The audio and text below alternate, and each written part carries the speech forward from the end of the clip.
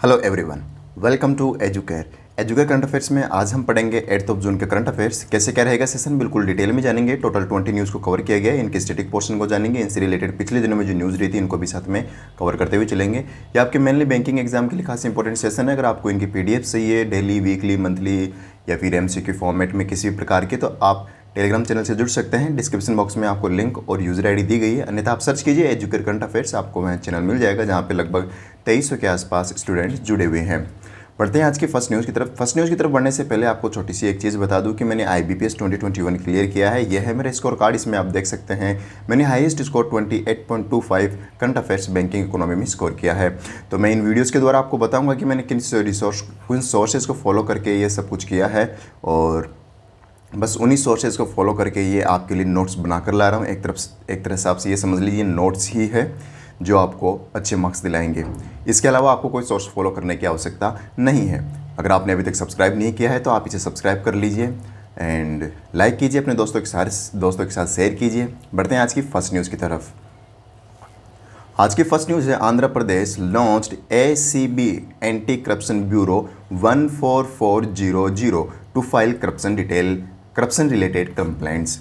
देखिए ACB 1440 एक application बनाई गई है, और ये एप्लीकेशन बनाई गई है anti corruption bureau of Andhra प्रदेश।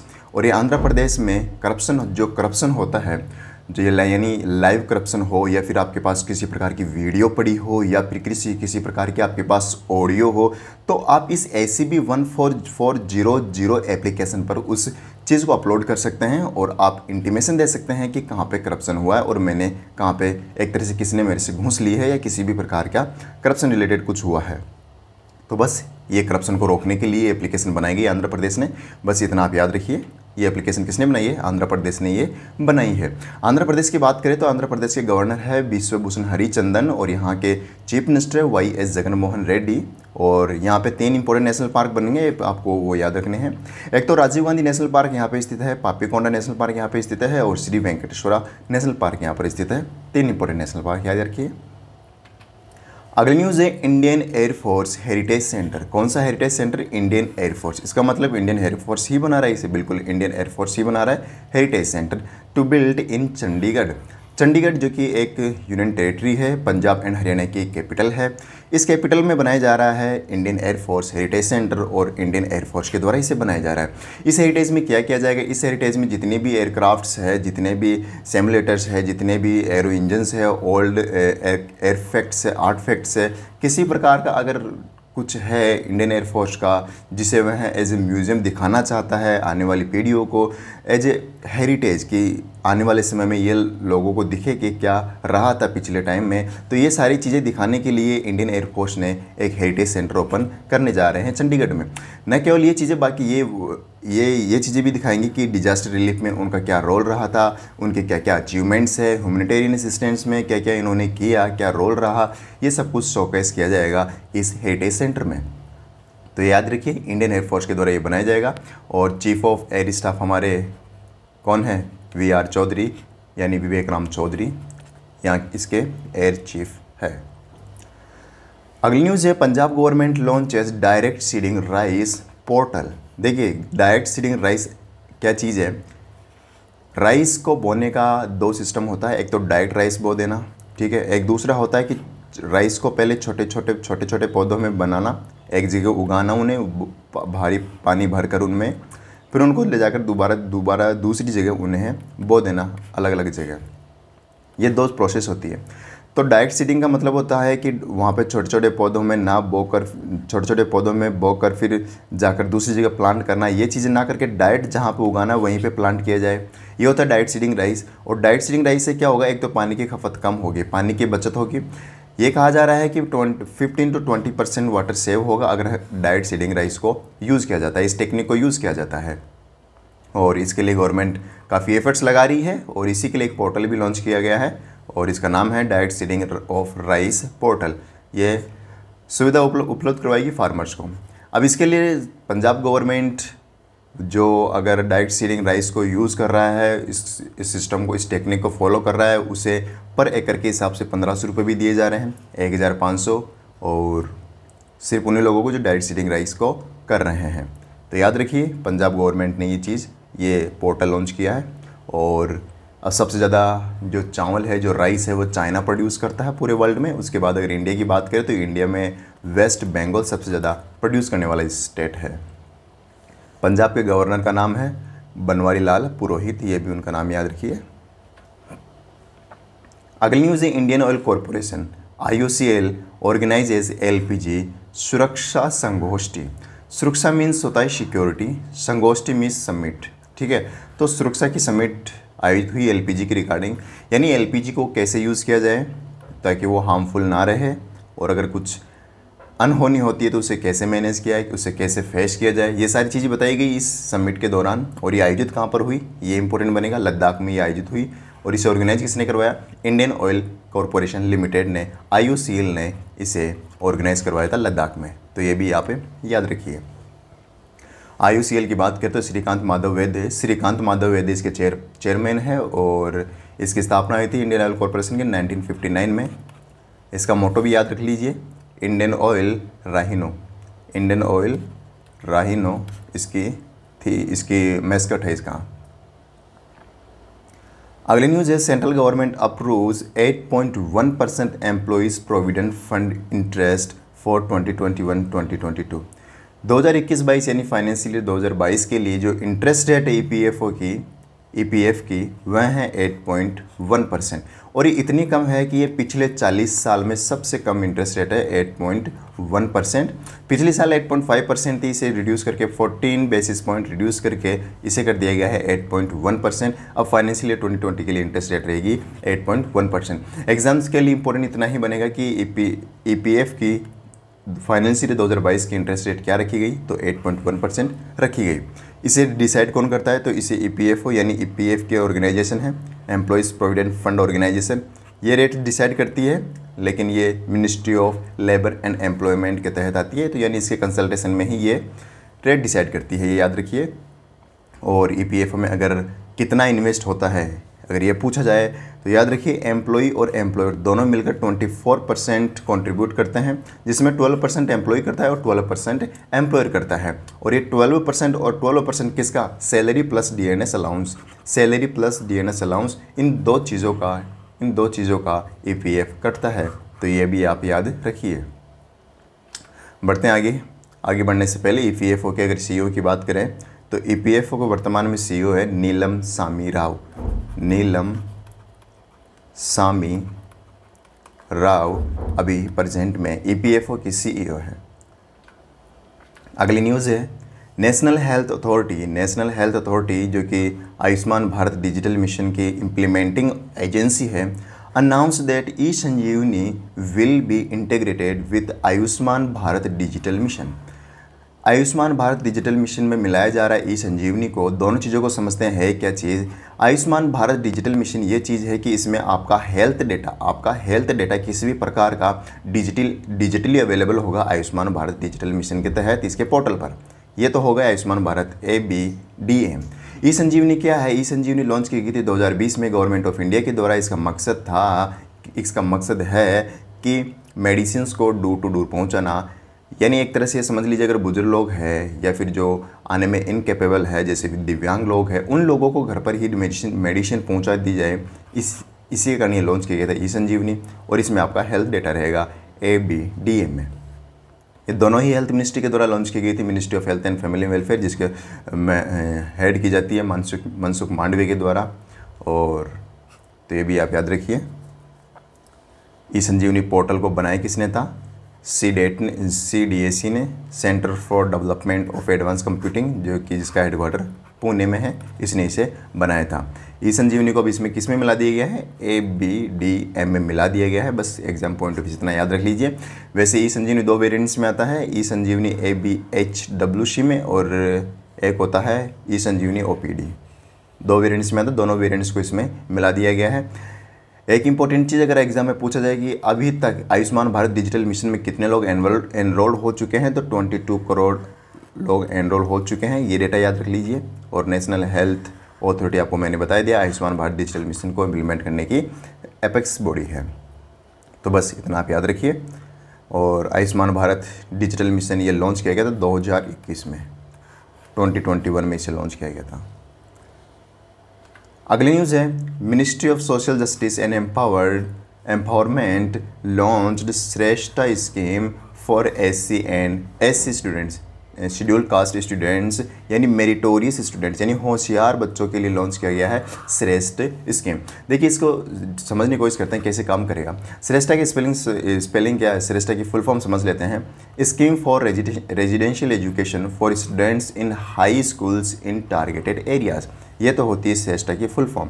इसका मकसद है कि SC कैटेगरी के जितने भी स्टूडेंट्स हैं, गरीब बच्चे हैं, जिनके फादर्स यानी पेरेंट्स यानी फैमिली की इनकम 2.5 लाख से कम है पर एनम, 2.5 लाख से कम है पर एनम, उन बच्चों का एग्ज़ाम लिया जाएगा, उनका एंट्रेंस एग्ज़ाम लिया जाएगा। और ये एंट्रेंस एग्ज़ाम लिया जाएगा नेशनल टेस्टिंग एजेंसी के द्वारा।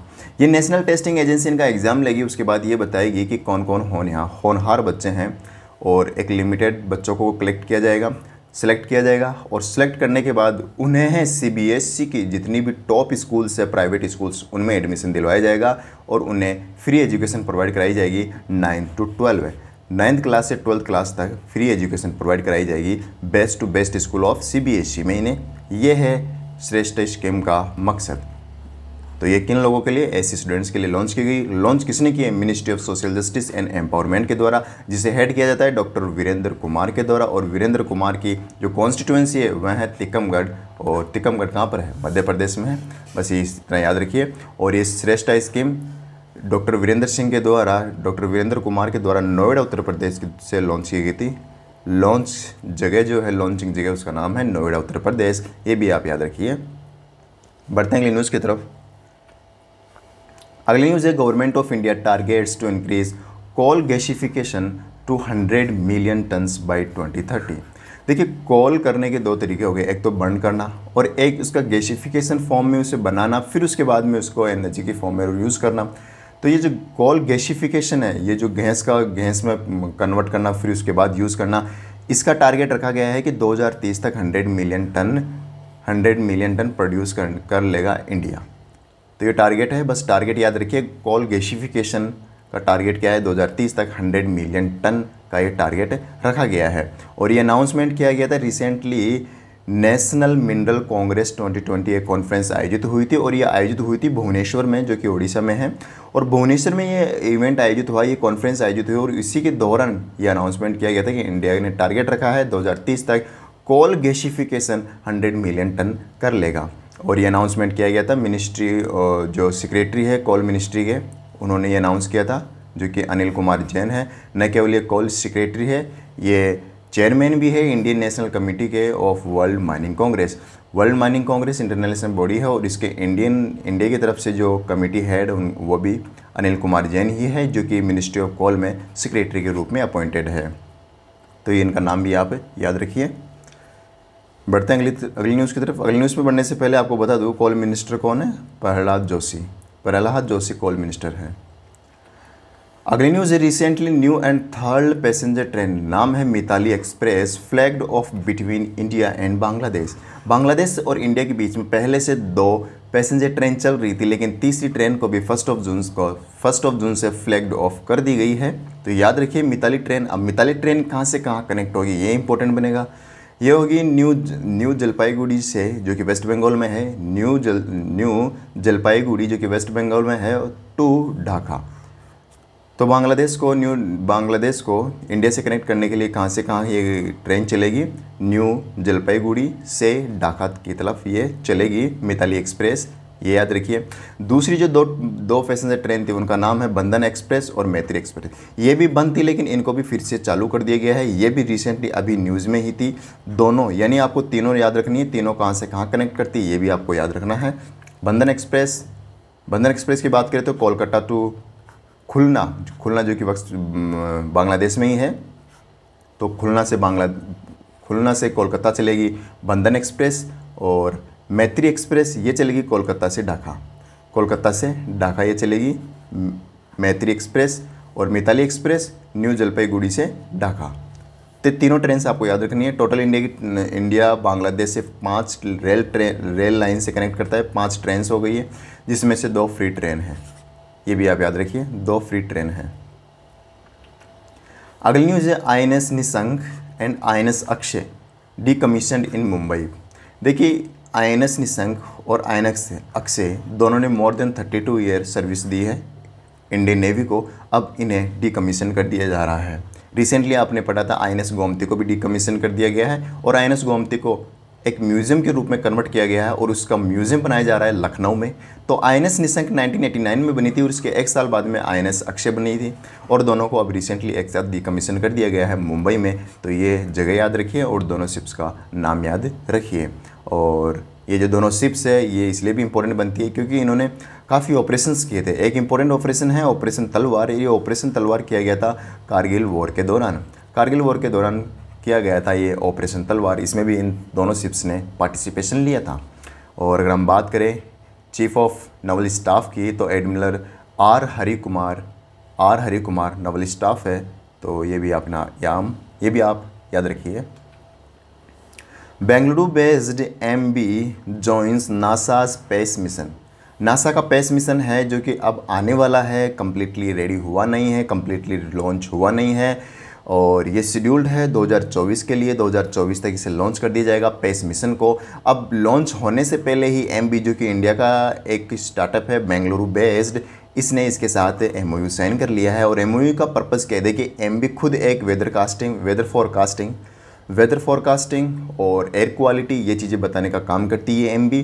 और इस MB ने नासा के स्पेस मिशन के साथ MOU साइन किया और स्पेस मिशन क्या करेगा? हाई क्वालिटी 99% एक्यूरेसी के साथ डेटा बताएगा वेदर का स्पेस मिशन के तहत नासा। तो इस स्पेस मिशन में चाहे क्लाउड्स हो कुछ भी हो, क्लाउड्स के होते हुए भी ये best to best weather forecast करेगा। और ये इंडिया की तरफ से जिसने साइन किया है यानी MB, तो ये डेटा MB को देगा।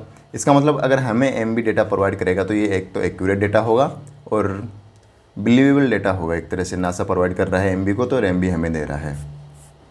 तो बस इसी पर्पज़ के लिए MB ने नासा के स्पेस मिशन के साथ MOU साइन किया है और ये स्पेस मिशन अभी 2024 में लॉन्च होने जाएगा, नासा के द्वारा लॉन्च किया जाएगा।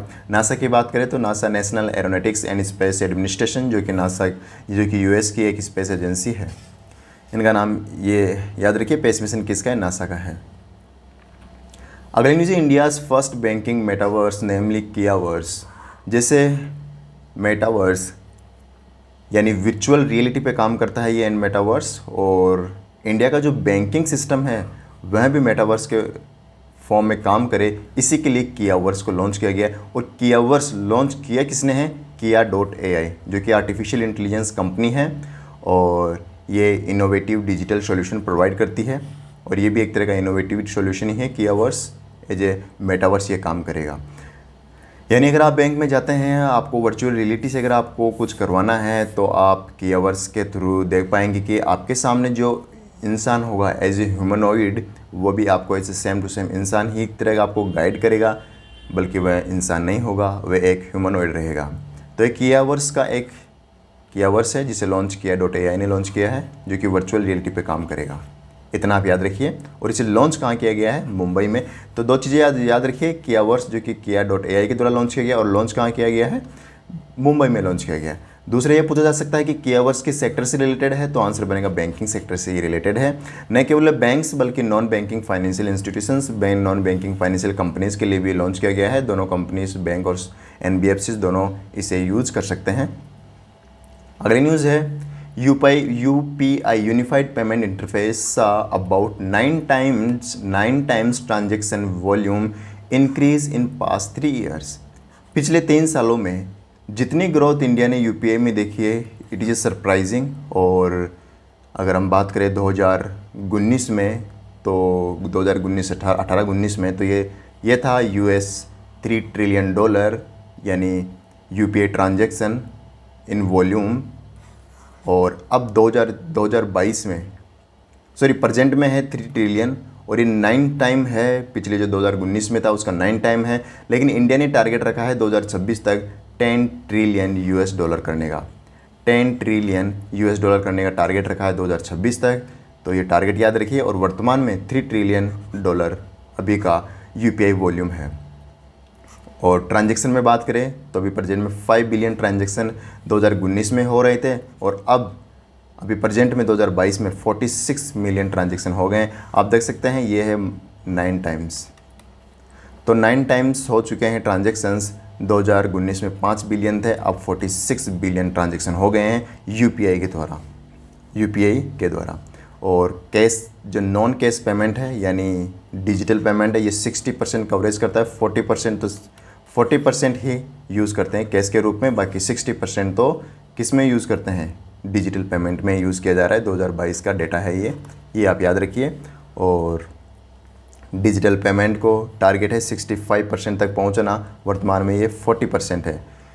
ये नंबर ऑफ़ ट्रांजैक्शन है, ये वॉल्यूम की बात हो रही है, अमाउंट की बात हो रही है, जो कि 40% प्रेजेंट में कवर करता है और 65% को पहुंचाना है 2026 तक, ये टारगेट रखा गया है। तो ये टारगेट याद रखिए। और अभी प्रेजेंट में कितने ट्रांजैक्शन हो रहे हैं, 46 बिलियन, तो ये डेटा भी आप याद रखिए। 2026 तक टारगेट है 10 ट्रिलियन US डॉलर को टारगेट को अचीव करना। यूपीआई की बात करें तो यूपीआई एनपीसीआई के अंदर काम करता है। इसे लॉन्च किया गया था 2016 में, और लॉन्च करने वाले जो कैंडिडेट थे उनका नाम है यानी आरबीआई के उस समय के गवर्नर रघुराम राजन, उन्होंने इसे लॉन्च किया था, तो उनका नाम याद रखिए। 2016 में इसे लॉन्च किया गया था। अगली न्यूज़ है कोटक इन्वेस्टमेंट एडवाइज़र।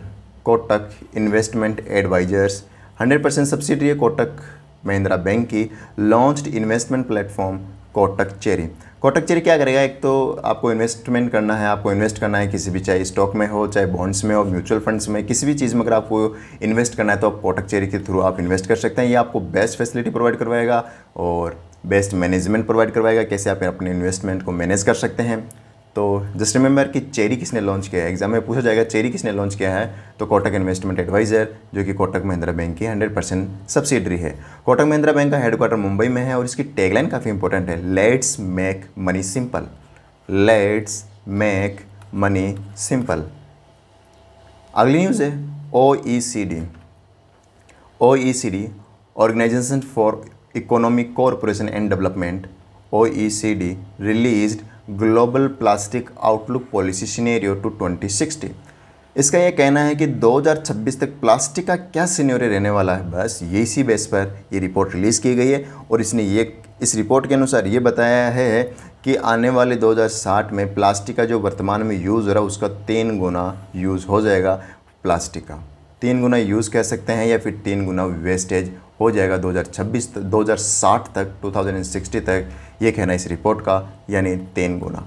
और इस समय तक 2060 तक केवल 20% 1/5 ही हम रिसाइकल कर पाएंगे, बाकी 80% को या तो ज़मीन में उसे गाड़ दिया जाएगा, या फिर समुद्रों में बहा दिया जाएगा, या फिर कोई दूसरा ट्रीटमेंट किया जाएगा, लेकिन रिसाइकिल नहीं किया जाएगा। 2060 तक 20% को ही रिसाइकिल किया जाएगा। और सबसे ज़्यादा प्लास्टिक कहाँ पे सबसे ज़्यादा प्लास्टिक कहाँ पे वेस्ट होगा, तो ये एक तो एशिया और वेस्ट यानी सब सहारन अफ्रीका और एशिया, इन 2 कॉन्टिनेंट्स में सबसे ज़्यादा प्लास्टिक इंक्रीज़ होगा 2060 तक, तो ये याद रखिए। और वेस्ट सहारन अफ्रीका क्या होता है, देखिए जैसे सपोज ये है अफ्रीका कॉन्टिनेंट और यहाँ पर है कौन सा, यहाँ पर है एक सहारा डेजर्ट। तो इस सहारा डेजर्ट के जो साउथ में जितनी भी अफ्रीकन कंट्रीज आती है उन सभी को सब सहारन अफ्रीकन कंट्रीज़ बोलते हैं, तो ये याद रखिए। और OECD की बात करें तो organisation for economic cooperation and development, इसका हेडक्वार्टर कहाँ पर है, इसका हेडक्वार्टर पेरिस में है। OECD का हेडक्वार्टर पेरिस में। अभी रिसेंटली एग्जाम में पूछा गया था कि OECD में कितनी कंट्रीज़ मेंबर है, तो 38 कंट्रीज इसमें मेंबर है। इसकी स्थापना हुई थी 1961 में। हर इंटरनेशनल ऑर्गेनाइजेशन के मेंबर्स आपको पता होना चाहिए, एटलीस्ट टॉप 20 कंट्रीज़ के तो आपको टॉप 20 ऑर्गेनाइजेशंस का तो आपको पता होना ही चाहिए। ब्लूमबर्ग ने रिपोर्ट रिलीज़ की है बिलियनर्स की, सबसे टॉप बिलियनर कौन है, तो एलन मस्क पूरे वर्ल्ड में, पूरे दुनिया में सबसे अमीर आदमी है। और उसके बाद आते हैं बर्नार्ड अर्नोल्ट, और बर्नार्ड अर्नोल्ट ये फ्रांस से आते हैं और एलन मस्क US से आते हैं। ठीक है, इंडिया में सबसे अमीर मुकेश अंबानी हैं। पहले कुछ टाइम के लिए गौतम अडानी बन गए थे, लेकिन अभी वापस से मुकेश अंबानी बन चुके हैं और गौतम अडानी को सरपास कर दिया है। और पूरे वर्ल्ड में बात करें तो मुकेश अंबानी की रैंक है 8th richest man. 8th richest man में काउंट आते हैं पूरे वर्ल्ड में मुकेश अंबानी, और एशिया के सबसे अमीर और इंडिया के सबसे अमीर है मुकेश अंबानी। सेकेंड नंबर पर आते हैं गौतम अडानी।